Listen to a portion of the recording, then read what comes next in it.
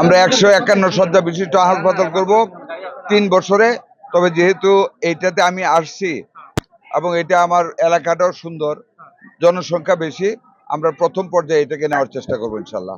প্রথম পর্যায়ে মেডিকেল কলেজের সাইট দেখে আসছি, দেখা যায় আমাদের মাননীয় মন্ত্রী পারি সাহেবকে নিয়ে আমরা কথাবার্তা বলে কোন জায়গাটায় বিল্ডিংটা হবে একাডেমিক, যেটা আইসিটির এলাকা আছে এটাতে হবে নাকি মেডিকেল কলেজ হাসপাতালের সাথে হবে, এটা সিদ্ধান্ত নিয়ে কার্যক্রম শুরু করবো ইনশাল্লাহ। প্রত্যেক উপজেলায় 191, সারা বাংলাদেশের সকল উপজেলায় 131 শয্যা বিশিষ্ট হাসপাতাল হবে।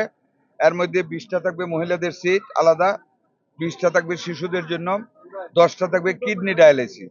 আমরা শহর থেকে কিডনি ডায়ালিসিস গ্রাম পর্যন্ত নিয়ে যাব, যাতে করে আমাদের মানুষ কম মূল্যে 300-400 টাকা যাতে কিডনি ডায়ালিসিস করাইতে পারে। প্রথমত আমরা এবার শুরু করতেছি জেলা মেডিকেল কলেজ হাসপাতালে 50টা সিট দিচ্ছি ডায়ালিসিস, আর মেডিকেল কলেজের বাইরে যে জেলা সদর হাসপাতাল 10টা সিট দিচ্ছি। তার মানে প্রত্যেক জেলা সদর হাসপাতালে 60টা ডায়ালিসিস বেড পাবে। 2 জন করে যদি ডেলি করে তাহলে 120 জনকে করতে পারবে প্রতিদিন, আর লাইন দিতে হবে না, 1 মাস পরে ডেট নিতে হবে না। যখন উপজেলায় নিয়ে যাবো ইনশাল্লাহ, উপজেলা অন্তত আরো 100 রুগী আটকায় দিবে। এতে করে আমাদের টার্সিয়ারি লেভেলে প্রেশার কম পড়বে, রুগীদের যাতায়াতে কষ্ট হবে না, পয়সা খরচ করতে হবে না। আমরা সেই কাজটা করব। এবং আমরা ইউনিয়ন হাব করতেছি, ফ্যামিলি প্ল্যানিং, স্বাস্থ্যকর্মী সবাইকে এক করে প্রত্যেক ইউনিয়নের 3টে ওয়ার্ডে একটা করে আমরা হেলথ ওয়েলবিং সেন্টার করব।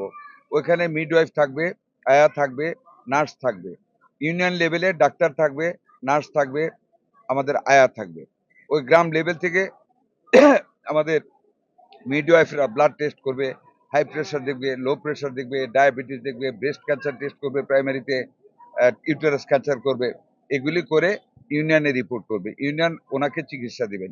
ইউনিয়ন যদি মনে করে ওনার চিকিৎসা হবে না, উপজেলায় পাঠাবে। উপজেলা যদি মনে করে তাদের ক্ষমতার বাইরে ডিস্ট্রিক্টে যাবে, ডিস্ট্রিক্ট না পেলে অবশেষে টারশিয়ারি লেভেলে টপ হসপিটালে যাবে।